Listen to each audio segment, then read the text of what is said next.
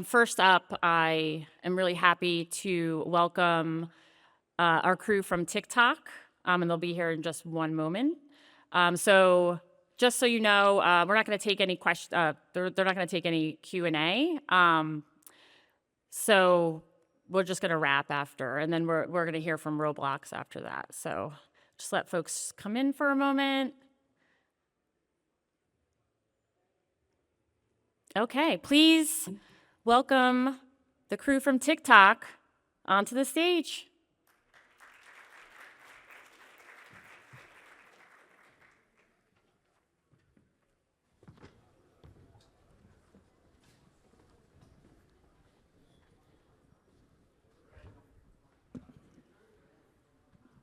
Hello. Hi, everyone. You're about to hear some really exciting updates from your favorite social media app, TikTok. My name is Cherise. I'm a product manager at TikTok. And today with me, we also have Patrick and Yingran. I'll let Patrick and Yingran introduce themselves. You guys hear me? All right, nice. My name is Patrick, and I'm a security software engineer, and I've been working on our Passkey deployment for about 2 years now. Hi, my name is Yingran. I'm a software engineer in the security engineering team. I've been working with Passkeys for a few years as well. Okay, cool. So let's have a quick overview of today's sharing. We'd like to start off sharing some of our up-to-date Passkey success metrics, followed with product decisions and learning. And lastly, Patrick and Yingran will walk you through some technical challenges and our learnings there. Okay, so we mainly measure our success from 3 angles. Number 1 is login success.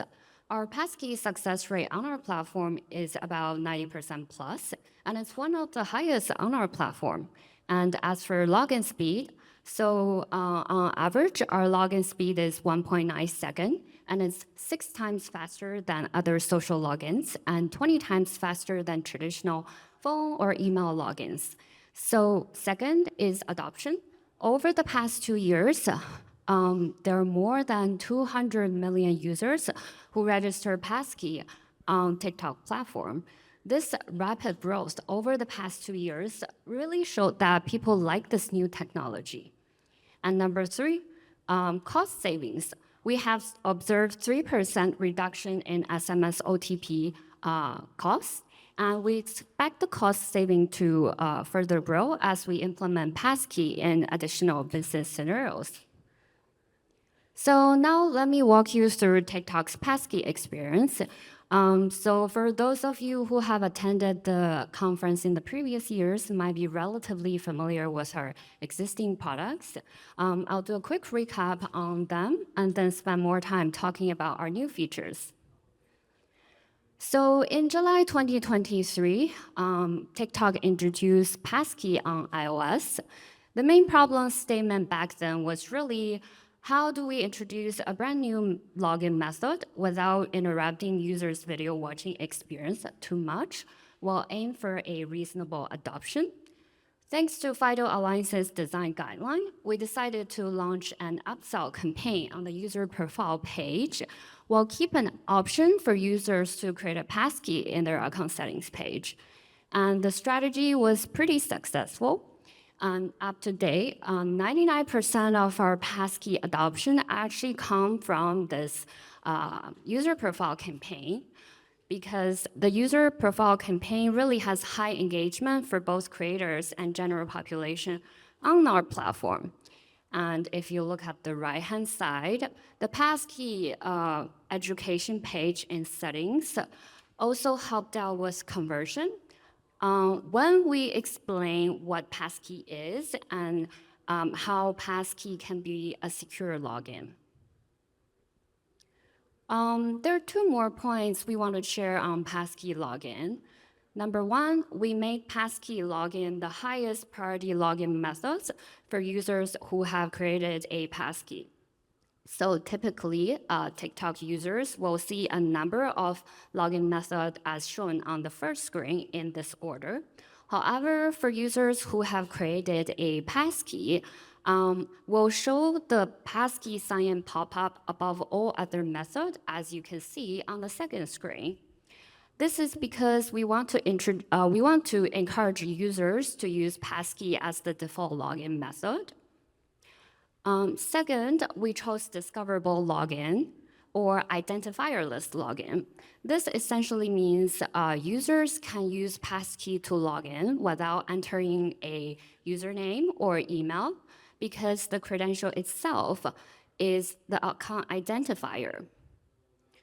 So let's look at the animation on the right-hand side. After clicking on login, a passkey sign up pop-up shows up.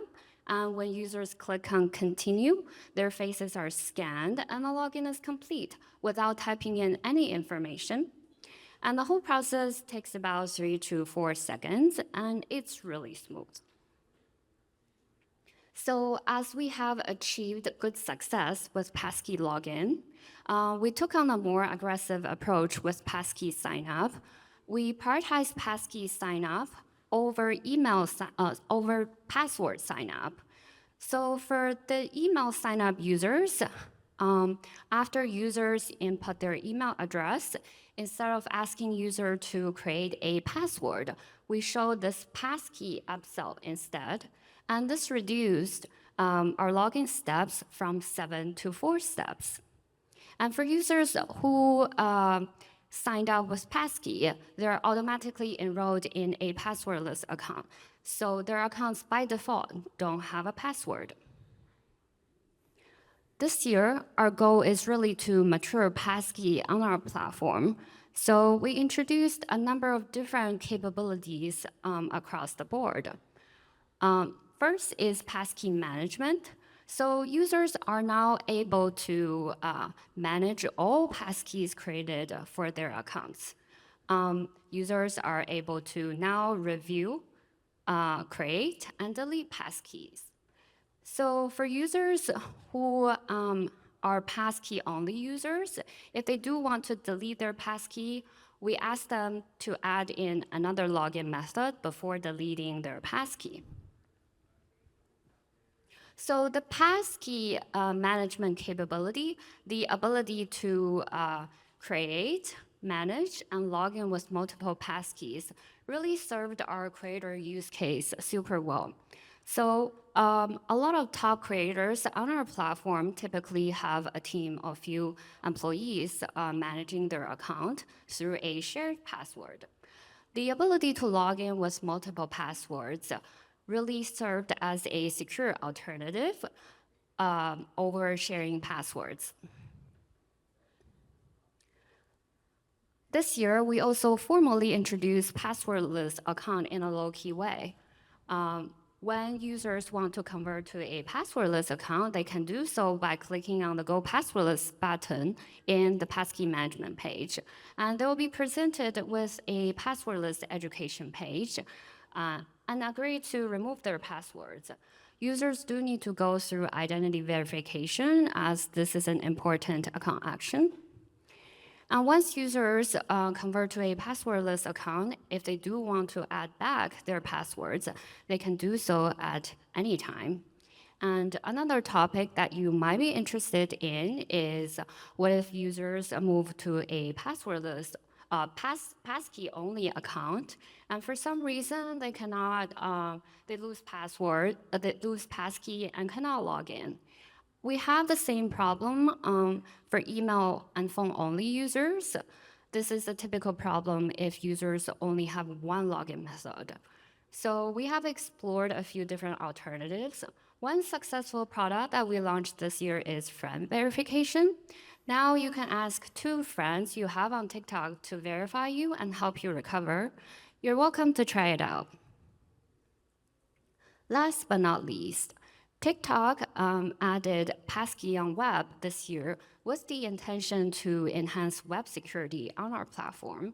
As you know, TikTok is heavily focused on our app experience, but we also wanted to make sure that our web users can benefit from Passkey secure login. Depending on the OS, users will be able to log in by clicking on the passkey icon or use the autofill feature to log in with passkey. And they're also able to create a passkey in the web account management page. That's all the product updates we wanted to share with you today. With that, I'll pass it on to Patrick to talk about TikTok's journey. Oh, can I get that? Thank you, Cherise. All right.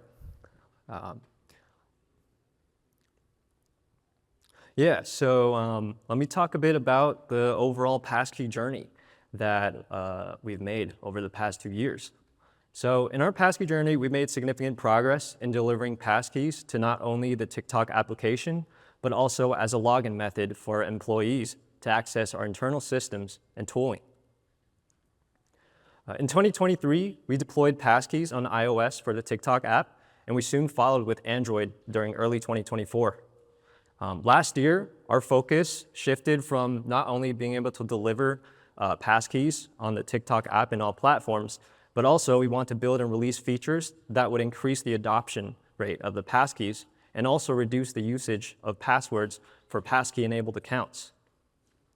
So last year, we launched Sign Up with Passkey, and we also launched Passkey Automatic Upgrade. Passkey Automatic Upgrade is basically when a user successfully logs in with a password through a credential manager, and they will automatically be prompted to upgrade from their password to their passkey.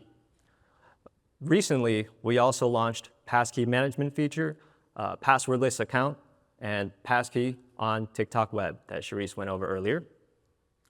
And now I want to go over the progress that we made for our enterprise rollout. So rewinding back to 2023, we've integrated passkeys with our enterprise internal SSO system. And last year, we also released a quite exciting feature, which is the ability for our internal employees to log into Web Shell through passkey.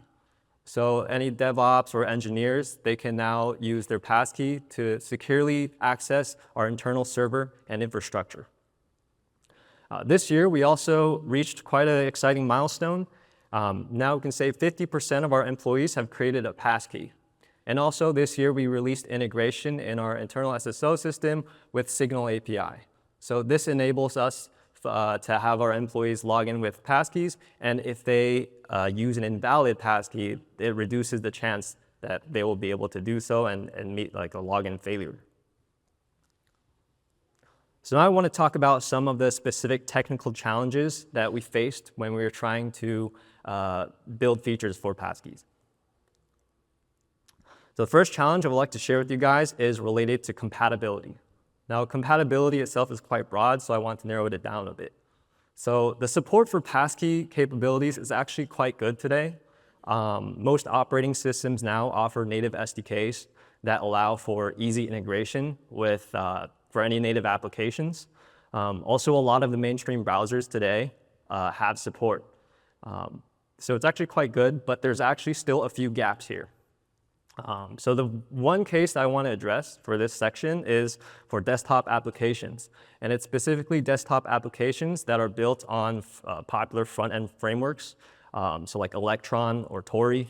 If your organization has applications that are built on these frameworks, today they actually still don't have native passkey support.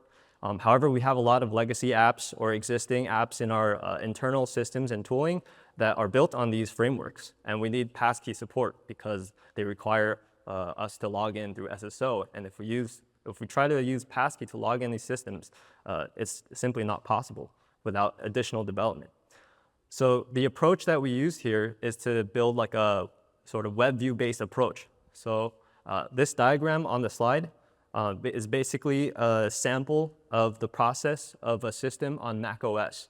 And what happens is when the user launches passkey login flow, another browser component will be brought up, similar to a web view, and the user will finish their authentication using passkeys in this component. After the authentication is done, the result will be redirected back to the original application. And we also have to implement the PKCE model, which stands for Proof Key for Code Exchange protocol, to basically maintain the trust and security between these two components. Another challenge I wanted to share with you is regarding the securing of SSH login, and we want to use passkeys to secure that. So this case could be relevant to your organization if you have any critical systems that are protected through user-generated SSH key pairs. So for example, like Git repositories, a very common way that developers use to access their code base. They access the code base through password protected or even unprotected SSH key pairs. So this is a problem because one, the SSH private key is stored in the file system unencrypted in plain text. And two, they may use a password or even no password to be able to access the SSH login. So our approach to solving this problem, and our goal here is to use passkeys to secure this login, is to utilize the PRF extension. So PRF extension is something in the WebAuthn spec, or it's in the CTAP spec to be specific. It stands for pseudo-random function. So the PRF extension is quite powerful, actually.